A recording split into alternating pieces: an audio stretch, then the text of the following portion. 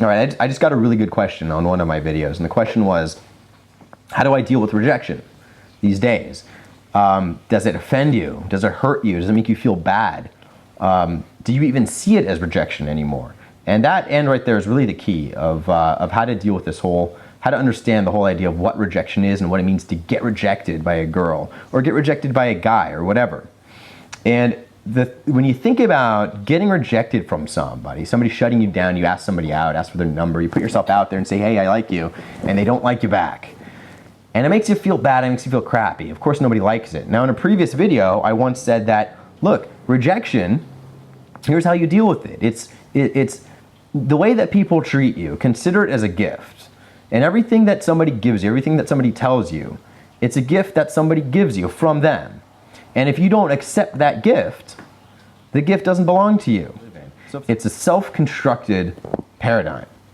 The way that we live, the world that we live in, how we see the world, how we see our own behavior in the world, seeing our own behavior as positive on one side, negative on good side, on the other side. The results of what we do as being good, positive results on one side, and on the other side, well, not so good. I failed at that. It wasn't very good. We set the rules for the game that we play all the time.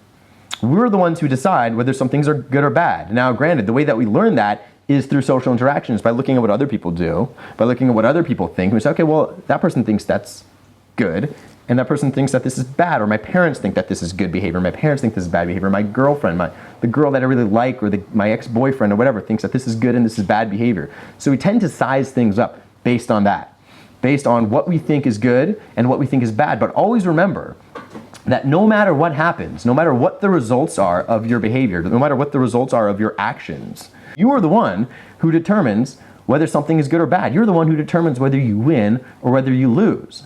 So when you play this game of going out and meeting girls and meeting guys or dating and going on a date that went really well or going on a date that didn't go well, always remember that your definition of what's good, what success is, and what failure is something that you've created. Pull yourself back out and look at that and look at yourself and say, look, I'm the one who decided whether I got rejected, whether how somebody treated me was a rejection, and I'm the one who decides whether this is going to make me feel bad, and I'm also the one who decides whether, no matter what somebody says, I'm still alive, I'm still going.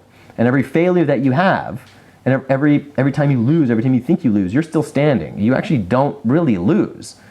Every time you kind of get shut down, and you wake up the next day and you feel great, nothing's really changed, you kind of realize that you wake up the next day, that wasn't really a failure, that was just another experience. I mean, if you go out and you ask a girl for her phone number and she says, no, I don't want to give you my phone number, and walks away, that's not a failure, that's just another experience. And it's just another experience for you to take to the next girl you want to ask out. And you say, okay, well, did I ask her out the right way? Did I show up the right way? Was this even have anything to do with me? Because you could do everything 100% right for who you are in any given situation. 100%, you couldn't have done it any better for who you are, and she just might not like you. She might just be having a bad day. She might look at you and say, you're not my type, I'm sorry. And there's nothing wrong with that, because in reality, when you go out and you talk to girls, there's a certain type of girl that you like. And you don't like every single girl. You're not going to go out on a date with every single girl. You're not going to have sex with every single girl. But when it comes to us and we look at ourselves, all we do is we expect every single woman out there to like us. But that's just not the way it works. That's just not reality. Because if you look at it and step back and you see how you treat other people and the people that you think are attractive, people you want to go out with, there's other people you don't want to go out with. But you don't see that as rejecting them. You just see that as the way things are. And so it is when people treat you a certain way. If somebody goes on a date with you and they don't call you back, you want to give her a goodnight kiss and she doesn't want to kiss you, or she says, I just like you more as a friend.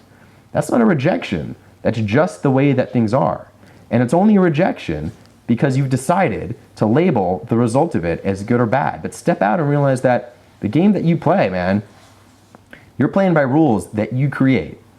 And the game that you play, if you decide to make it about winning or losing, you're going to be winning sometimes, and you're going to be losing a lot of times too. When you get rid of thinking that it's all about winning and losing, you're just playing to play. You're not playing to win or lose. You're just playing to play. And when you play to play, you can never get rejected, because every experience is just another experience. It's another way for you to grow. It's another way for you to become the guy who you are out there. So to see a situation where something doesn't work out and say, oh, I got rejected, is really it's just a poor way of looking at the world, because it's a way of looking at the world where you're a victim of everything that's happening around you constantly, that you are that the world basically pushes you around, that you have no control whatsoever, and you kind of have to build up all this inner confidence and you make one step, and that's the one thing you do. Whew, you say, God, I did something, and then you look at that one thing that you did and try to make sure that it turns out the right way, right? And then if that little thing you did kind of gets blown over by the wind, you're like, I got rejected.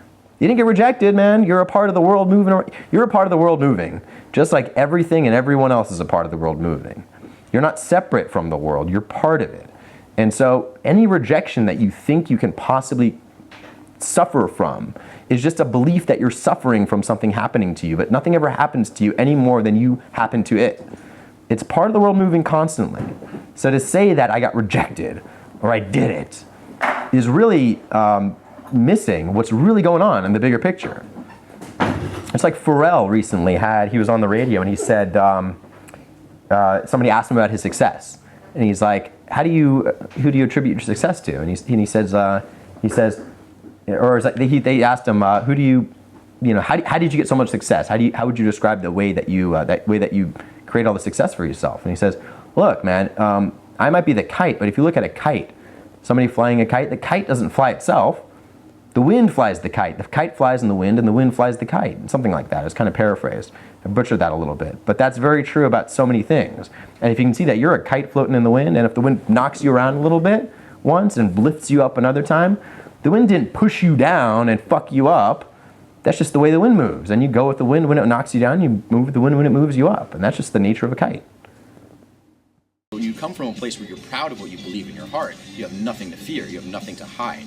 Everything is open, all of your thoughts are open. And when your mind is open and your mind is clear and your ears open, your eyes are open, then that's when true attraction happens.